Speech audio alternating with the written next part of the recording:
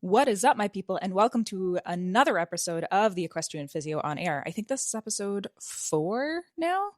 I don't know. Apparently, I can't even count to 5, which is fine.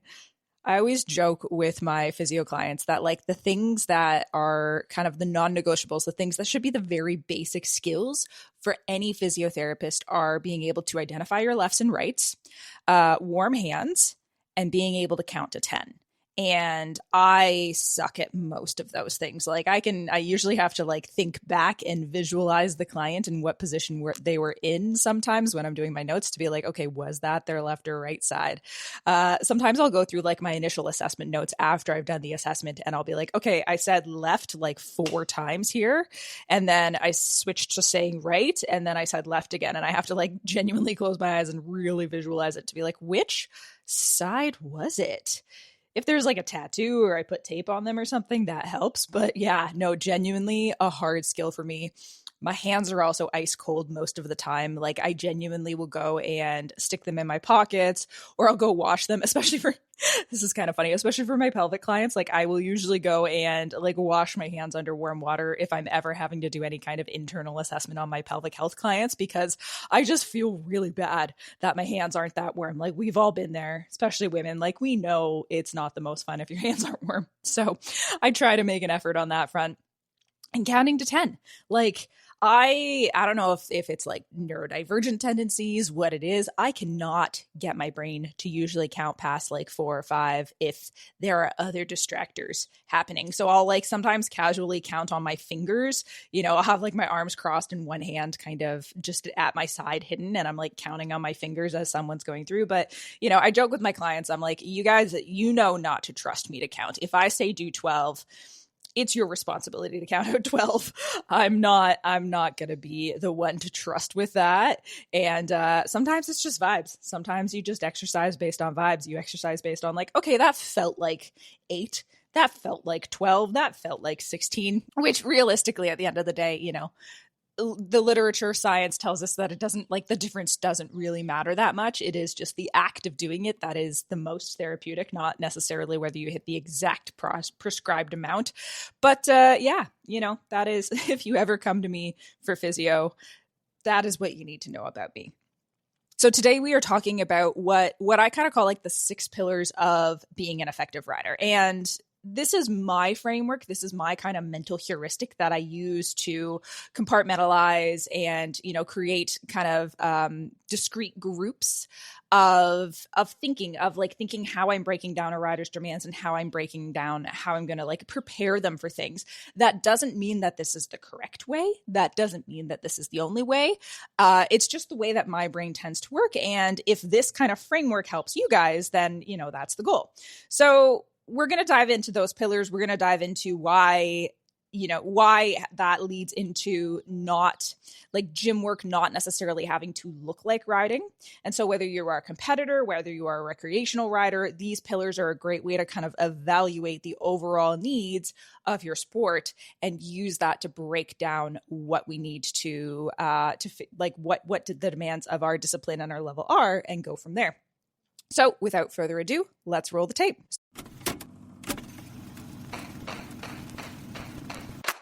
Hey, I'm Katie. I'm a physiotherapist, strength and conditioning coach, and lifelong rider dedicated to helping equestrians build strong, capable, resilient bodies, both in and out of the saddle. This podcast is here to empower riders of all levels with evidence-informed rehab, training, and education. And we're not just here to follow traditions for tradition's sake. We're here to challenge outdated norms and bring critical thinking and curiosity to how we train, ride, and show up.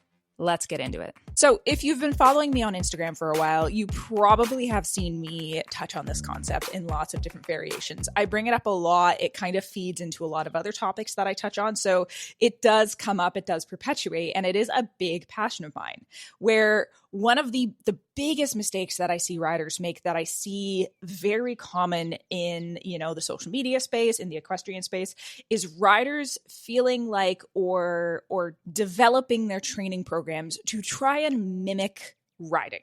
So we see this all the time. And I see this quite often, again, like in social media. I think it's partially because these types of exercises, they look kind of wild, they look crazy, they get a lot of likes, they get a lot of engagement because they look novel and they look like somehow unique to riders. But these are things like, standing on a Bosu ball, wobbling on your tiptoes on the edge of a plate, using resistance bands to try and like mimic reins, or even just like, pumping your arms with weights. A lot of different things where we're, the trainers are trying to, or the coaches that are demonstrating these exercises are somehow trying to recreate the instability, the actual sort of positioning of the rider in the exercise that they're prescribing. And unfortunately, this is where, resemblance to a sport doesn't necessarily mean relevance. And we see this all the time in lots of other sports. Like, there is a way that we will break down sport-specific training versus training your body to handle the demands of that sport. And the gym is not the place where we actually want to train sport-specific skill. Sport-specific skill gets trained within your sport. You don't need to try and train those skills using gym exercises. So this matters because the gym, resistance training, power training, aerobic training, these are places where we want to build capacity. We don't necessarily want to be trying to replicate the demands of riding because that is simply not going to be very effective for actually training. What we're trying to do is train our different systems to handle the demands of riding. So for example, if a show jumper needs a fairly strong core, fairly strong hip flexors to be able to get their body forward quickly as the horse is kind of coming up over a jump, so coming into like a forward release. They need to be able to pull their body forward to handle those forces to get themselves into a release so that they don't throw the horses off balance. That requires a certain amount of like abdominal strength. That requires a certain amount of quad strength, a certain amount of hip flexor strength. Right? So we break that down and we go, okay, if this rider needs a strong kind of anterior chain to be able to pull their body forward and do a proper release over a big jump, not get left behind, then we need to train for the strength of that anterior chain. That means like anterior core work. That means probably squats and other things for your quads and hip flexors. That might mean very isolated training for those muscle groups, but it doesn't mean suddenly trying to create an exercise in the gym that somehow looks like a crest release. Like it doesn't actually work that way. It's the same thinking, aerobic capacity wise. So if an eventer, say we're looking at like a 2-star eventer needs to do an average of like a 5 to 6 minute course, something around those timelines, and they need to be able to sustain pretty close to a maximal aerobic capacity, a maximal aerobic output for those 5 or 6 minutes, then we need to train them to be able to handle that. And that might require, base building. So low intensity cardio work to kind of build that base, plus a mixture of high intensity work to somehow not necessarily replicate, but prepare their aerobic system for those demands. So that might be interval work, that might be hill work. Very rarely does it require that rider actually going out and running full speed for 6 minutes. They can prepare their aerobic system to handle those demands through other methods that don't necessarily exactly replicate those demands, but will prepare the body overall. Think of a dressage rider riding an extended canter, for example. They need a mass amount of hip mobility, hip extension, low back extension to be able to handle, like keep their upper body still and handle that really big movement under their pelvis of the horse to absorb all of that and not get pitched around. Those mobility demands are very, very high. And so that rider might do mobility work specifically targeted to the low back or the hips to build up that mobility, but it doesn't necessarily need to replicate or somehow look like an extended canter or like their body moves in an extended canter to build up that capacity, to build up that mobility for them to be able to handle that.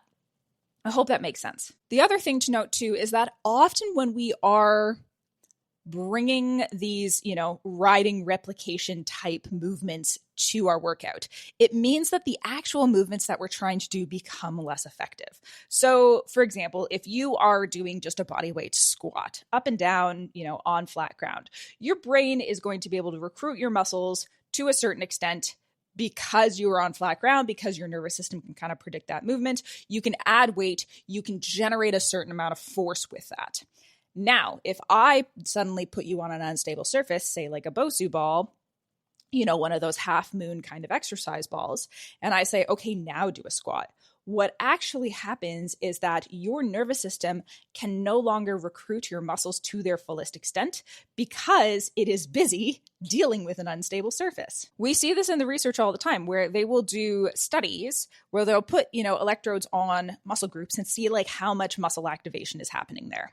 Now, it's not a perfect proxy. Electromyography is not necessarily directly correlated exactly one-to-one with muscle force output, but it's kind of a good way of looking at a window into that measurement, that level of recruitment. So when researchers do this and they say, okay, how much can a person squat? How much force can they produce on flat ground? We're often much stronger and much able to produce much more force on flat ground because our body doesn't have to deal with instability. Our body doesn't have to deal with novelty. And so our nervous system, our brain is willing to recruit more muscle and create more force because things are predictable. As soon as we add the unpredictability of being on an unstable surface, our nervous system can no longer trust that if we do a maximal recruitment, we're not going to somehow hurt ourselves. We're not going to fall off that thing. We're not going to lose stability. So the brain, the nervous system, will actually avoid recruiting those muscles to the same extent. And we know in resistance training and strength training, in any kind of training really, if you want to build a system up, build tissue capacity up, you want to be recruiting that system just past its comfort zone or very close to its comfort zone. You want to be pushing the limits of what that system can handle. So if you're looking to build strength, say in your quads and your glutes through a squat pattern, and you think, you know what, I'm going to kill two birds with one stone. I'm going to do this on a Bosu ball, and then I can work on balance at the same time.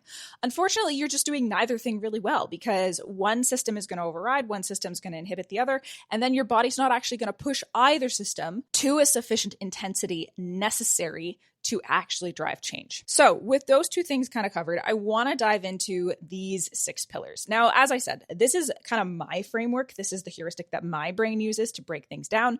If it works for you, great. If there is something else that you've been taught, some other sort of framework that you use, feel free to ignore me here. But as we break down this system, these are the things, these are the qualities that I believe feed into what it takes to be an effective rider.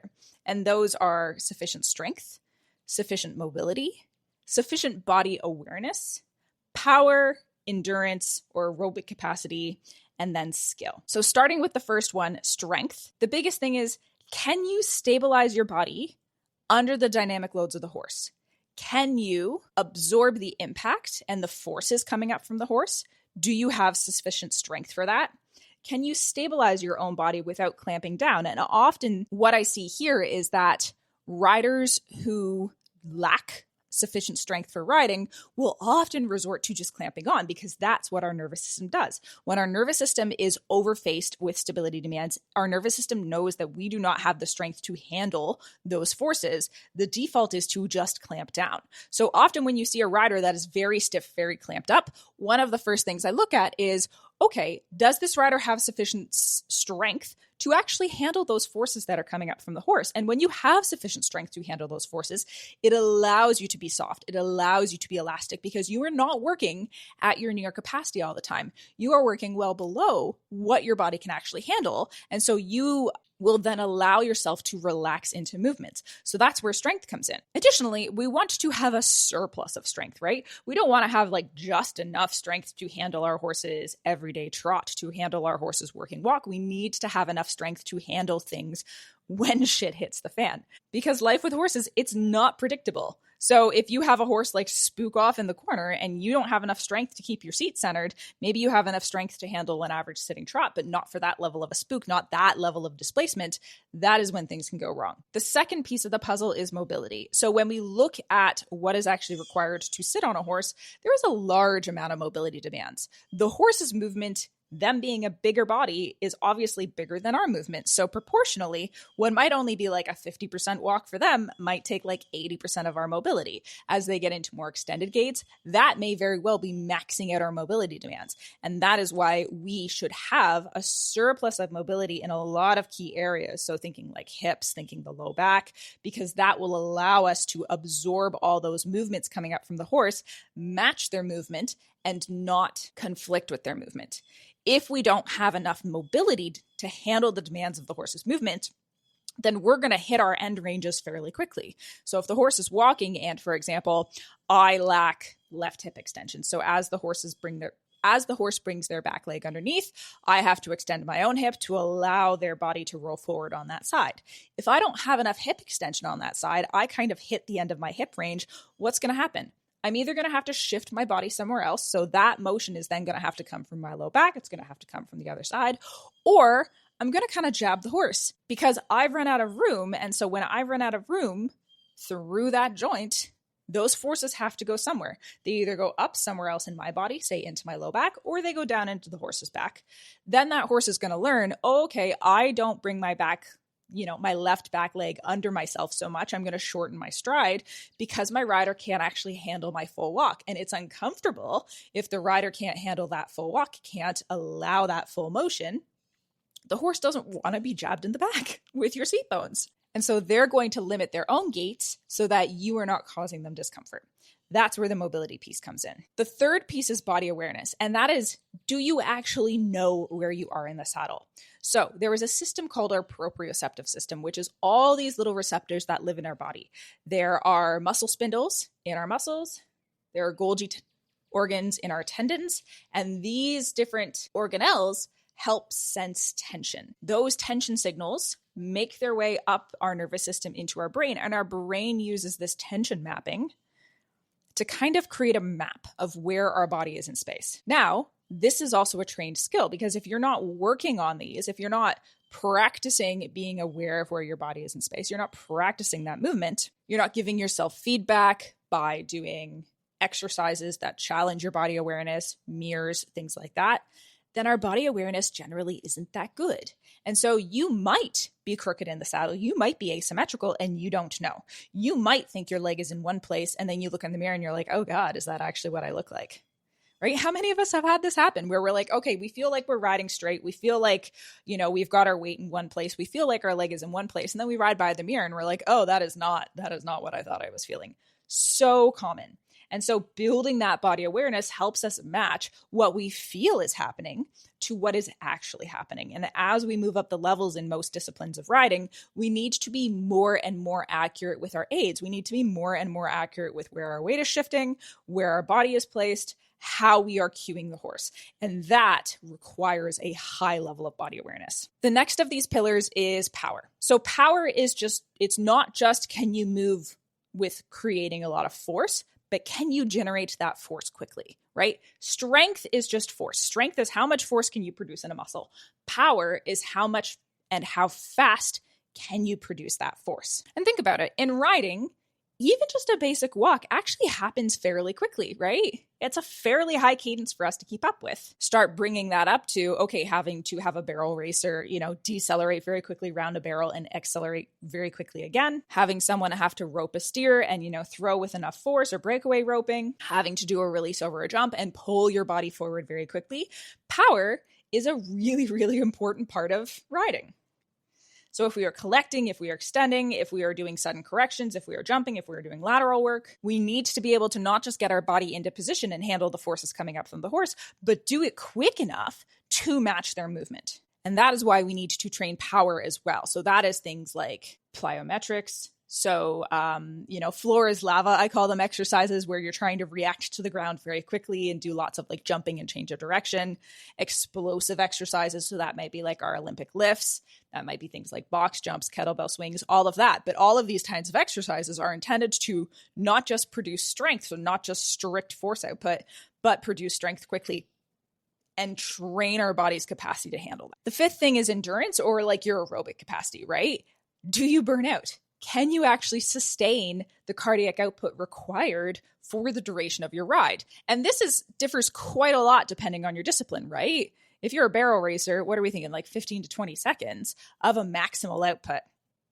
Show jumping, 1 to 2 minutes. Eventing, you're probably getting into the 5 to 10 minutes plus, depending on your level that you have to have this maximal output. Dressage is probably a moderate to vigorous output for anywhere between 5 to 8 minutes. Endurance riding, obviously a lower output, but for a very, very long sustained time. So we need to be able to look at those aerobic demands of our sport, break that down and think, okay, how am I going to replicate this? How am I going to train my body to handle that amount of output? If you are in a discipline like barrel racing or show jumping, where you have fairly short efforts, you might be doing more high intensity sprints. Something like eventing, you might mix in more medium intensity work with that high intensity work to kind of build a little bit more of a base.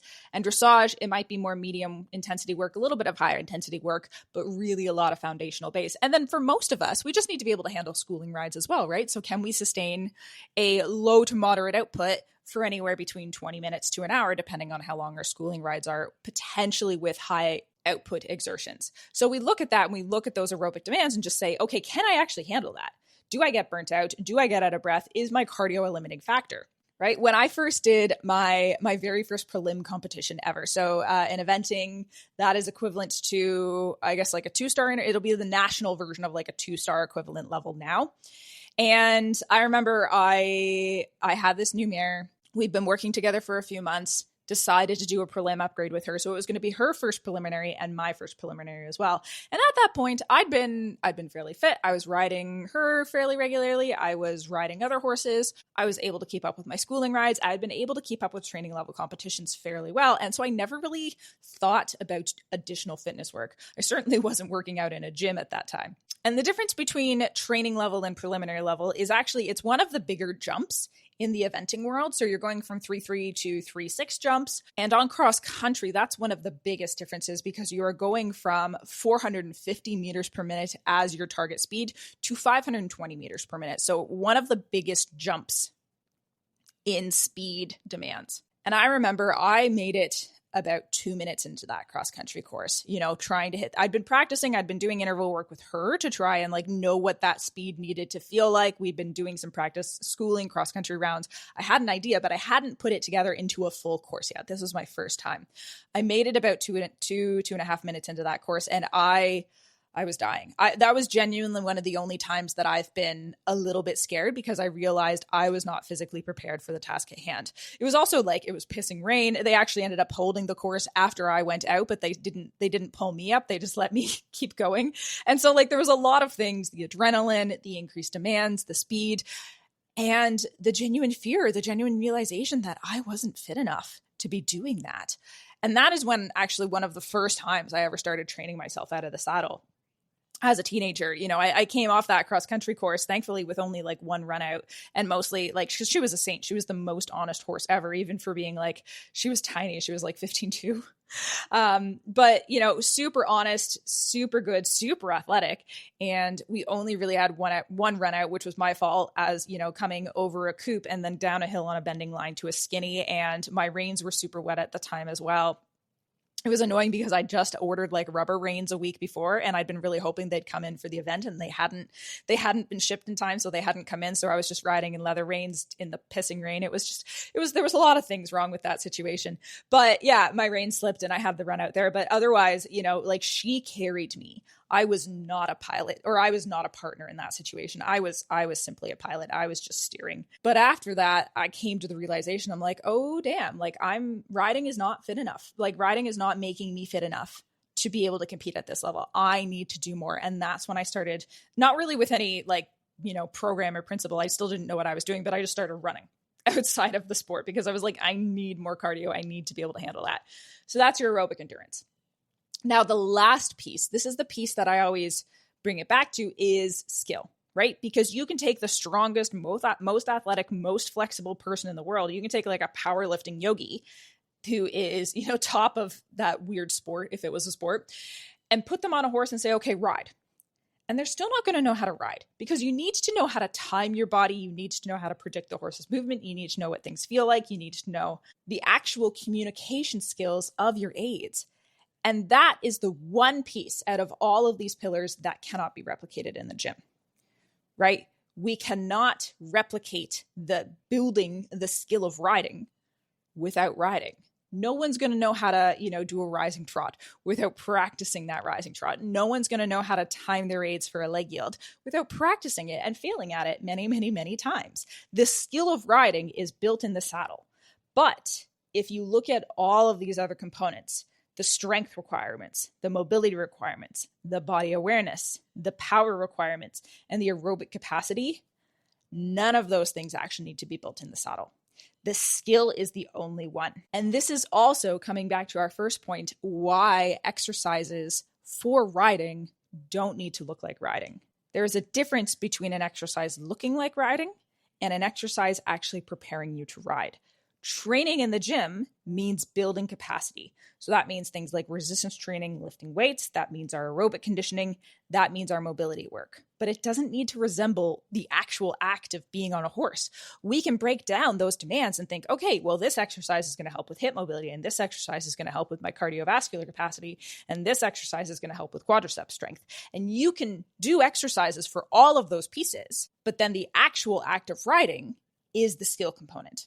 The gym is what gives you that foundation so that your physicality, your tissue capacity, your body's physical outputs are not the thing that is limiting you in the saddle. And this is also, just a kindness to our horse too, right? If we are building the strength, the power, the endurance, the awareness off the horse, then when you actually get on the horse, your time in the saddle is simply meant to work on the horse's training and work on your skill developments. Because if you get on and you're not actually strong enough, then it's like, okay, now your time in the saddle is building strength. If you're not actually, fit from a cardiovascular capacity, now your time in the saddle is like you building cardiovascular capacity. And so if we get in the saddle and we're not actually building these things off horse in dryland training, then our time in the saddle is now we're trying to build strength, we're trying to build power, we're trying to build endurance, and we're trying to build skill all at the same time. It's like trying to build a cabinet on a roller coaster. Like, it just doesn't work. There's too many things going on. And that is why it's very, very difficult to build all of those things and actually progress really well with just riding. But if we show up with the strength already built, the mobility demands already met, the aerobic demands ready to go, and then we get in the saddle, well, now it's just for skill. Now these physical requirements are not going to be the thing that limit you, and you can use all of your time in the saddle to focus on your skill building, your timing, and your horse's training. Because the horse is not your gym. And that's one that, like, that I honestly think I need to put it on a t-shirt, but I'd have to give royalties to Maeve Sheridan of Activate Your Seat, because I think she's the first one that I heard. I don't know if she said exactly your horse is not your gym, but she said some sort of like paraphrase of that. And then I've paraphrased it into like your horse is not your gym, but I say it all the time. Your horse is not the thing that's meant to get you fit. You should show up fit. And then your horse is your partner. The horse is allowing you to do your sport. You guys are working together. But the horse is not your medium to getting fit. They shouldn't be. They deserve better than that. So if you are actually trying to improve your performance in the saddle, and if you feel like you are limited by any of these things, break it down, right? Are you starting with the basics of resistance training? Do you have sufficient mobility? Do you have the awareness of where your body is in space? Do you have the aerobic capacity? What is your limiting factor? And you can start there. Look at those 6 pillars and think, okay, what is the pillar that I'm missing? If it's just skill, then yeah, riding more is going to help you. But if it's one of these other things, then maybe start with the lowest pillar, whatever you feel like is the most limiting thing for you, and see where you get with that. So anyway, thanks for listening, guys. That's kind of my framework. I have some visuals for that as well, which I'll see if I can post in the show notes. If you have any questions, hit me up. And at the same time, I'm going to ask you guys a huge, huge favor. Because this is still a new podcast I'm building, I would really, really, really appreciate it if you could leave a review, leave some stars, preferably 5 would be great, and leave a comment, because that really does help grow this platform. I'm still experimenting. I'm still figuring it out, if I like it. But right now, I would really appreciate if you guys can help me out and bring some awareness to it. Share it if you want, comment, review, and I'll see you on the next one.